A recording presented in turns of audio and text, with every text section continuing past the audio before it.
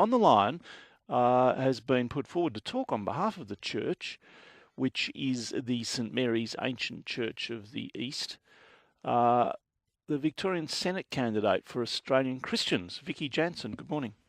Good morning, Neil. How are you? I'm okay, but I don't get it. What's the problem? Don't we accept all? Well, as yes, Christians? absolutely. The problem is that it's just not a normal situation, this particular church, and I guess they're looking for some space on compassionate grounds. This is a church that is predominantly over 90% are refugees. They're survivors of war and terror, of some of the worst kind, many undergoing counselling for trauma, of torture and so forth. That's sort of, really horrific stuff. And of course, they're just asking for compassionate grounds because of the likelihood of this whole situation will trigger the trauma that they've had to experience, and there's just a deep conflict there. So, whoa, hang on. How does a legal, legitimate mosque run by legal, legitimate, decent people in legal, legitimate Australia relate to the atrocities internationally? And torture. What we're talking about is the mental health of survivors of war and terror. We're talking about trying to give them a little bit of space, and that's all we're talking about. They are not opposed to the mosque. They're opposed to the proximity. We're talking about right in their window, adjacent to the church, a 26.5-metre minaret towering over them. These are people that are still recovering and just need a little bit of space to heal. So this is not, they've come here to have some space to heal, and they want to work. But they've also come here because this is a democratic and peaceful society. Do they understand that the mosque is not there to attack them? Well, unfortunately, the bombs are still going off in Iraq every single day. But what's that got to do with Coolaroo? Well, actually, there's a lot to do with Coolaroo. You're not detached from, if your relatives are being persecuted in another country, you're not detached from it. We're asking for a little bit of grace and mercy and compassion towards a group that have suffered terribly, and they are traumatised. But I would hope that they would understand that the people they're objecting to are not necessarily supporters of any of the awful things that have happened to them, and they're not a threat to them. They're not saying that they are. They're asking for compassionate grounds because of the triggers. I mean, they have got women that will be too scared to go to the church. Now, I'm not saying we're not...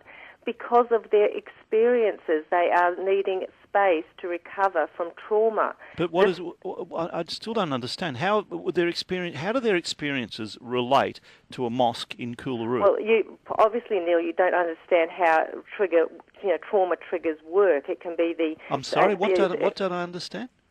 How trauma triggers actually work. It's a mental health issue. Sometimes if people have had, for example, quite apart from any religious thing, if somebody is sexually attacked, there'll be something in that experience. Let me just finish, please. I think that's you don't understand trauma triggers. All right, you don't understand that I'm actually running the interview, not you. And the point is, let's not go off on the issue of sexual assault and everything like that. I was trying to explain what a trauma trigger is. Some people have experienced these things.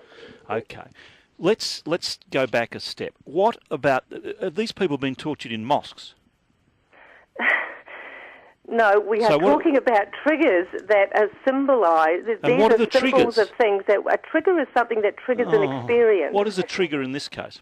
Well, the sights and sound are the normal ways of the senses to trigger trauma, and so the sight of a minaret is to them quite traumatic because they are, if you look at any Middle Eastern situation, a lot of the attacks on churches and Christians and persecution, even now in Egypt as we speak, happens after Friday prayers.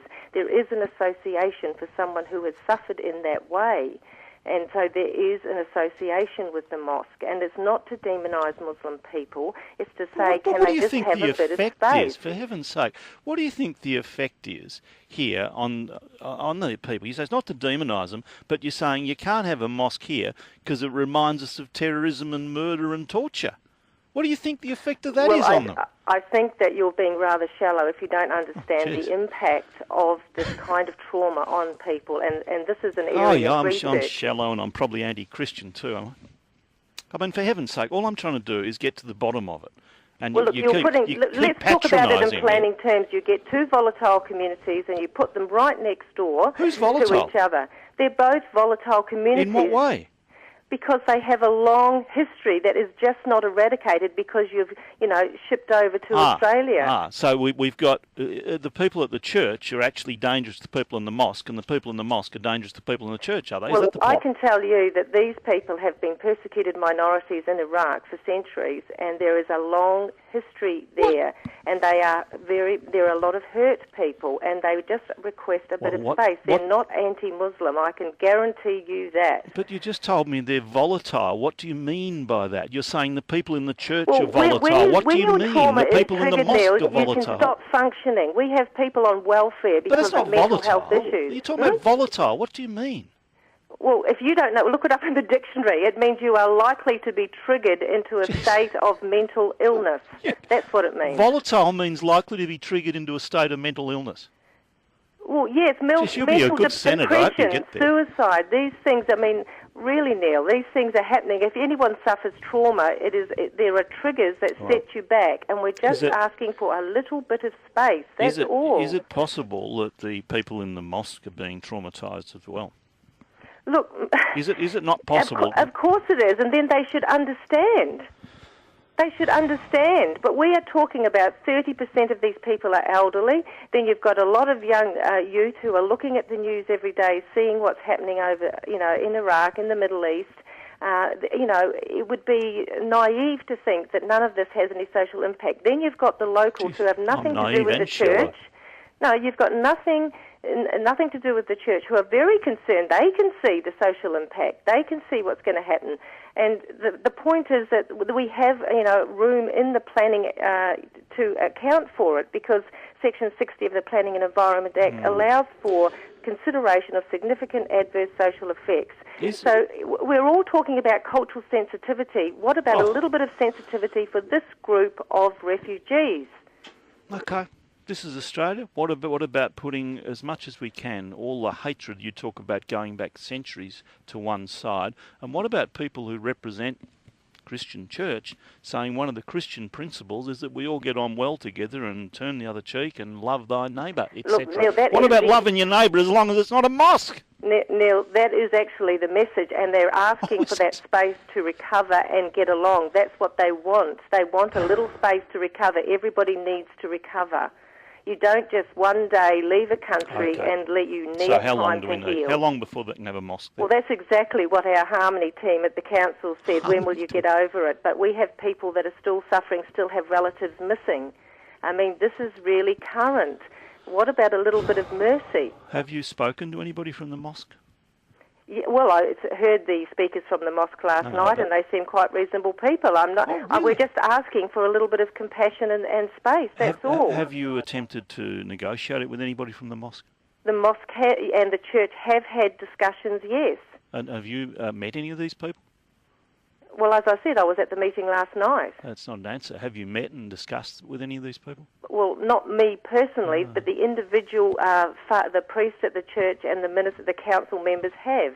They have met them. They have talked to them. Okay, and there's no way of negotiating this through in the decent, peaceful way, which one would hope is representative of both basic Islam, basic Christianity, and this country.